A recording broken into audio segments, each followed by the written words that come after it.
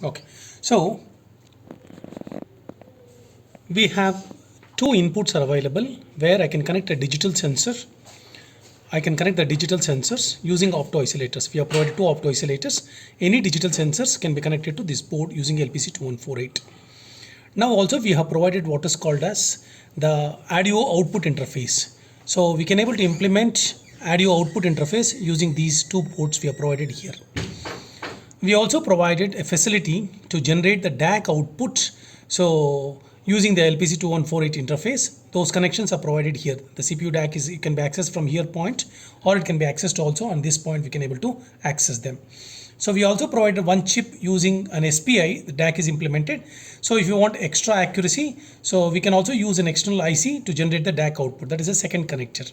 So in the lab experiment, we will be using this connector to find out the waveforms generated by the DAC module of LPC2148. Now, so this board also provides an interface with an elevator interface. An elevator can be simulated here by the elevator switches and the LEDs on that. We have provided one relay circuit. So any high power devices can be connected to this output. So which in turn can be connected to the LPC2148 and make the high power device on and off using this relay board. We have also provided a matrix keyboard of 4 rows and the 4 columns. The 16 keys are connected to the LPC2148. We have also provided a touch enabled color display. So if you want to display any of the graphics or images, we can use this display in the projects. This board overall provides a lot of pins. Those pins are brought out using the two connectors here. What is called the input connector and the output connector, 8 pins and 8 pins. So if any of the prototyping is to be done, those circuits are not provided in the application board. You can rig up on the breadboard and connect the breadboard circuits using this digital output and input connectors. If at all, if you want to connect any external sensor, which is I2C SPI enabled, we have provided two ports called as an SPI port and the I2C port. Through that, we can able to connect to the other I2C and SPI capable devices.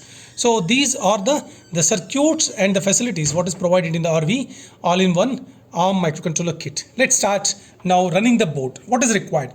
This whole board requires two connectors required.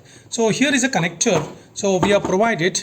So one is the power supply connector, which requires 9 to 12 volts. The adapter is required. Other is a USB connector, the USB device connector, which is required to program this board. So now, first of all, I have to connect the power before connecting the USB cable. So I will connect from the adapter, the 12 volts. So as soon as you connect, you should see that if some other program is already loaded in the kit, the program start working on it. So here I've already loaded a program related to 7-segment display. That is why you're getting a fire and help message is getting here. Now as soon as you give a power, you can notice that the LEDs should glow. The LCD should get some the background light.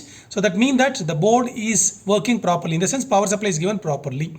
Then you require one more connector USB. So device connector, you can see that this is a device connector. So which is connected to the ARM LPC2148 board for programming. So now the connections are ready. Don't connect only USB without the power.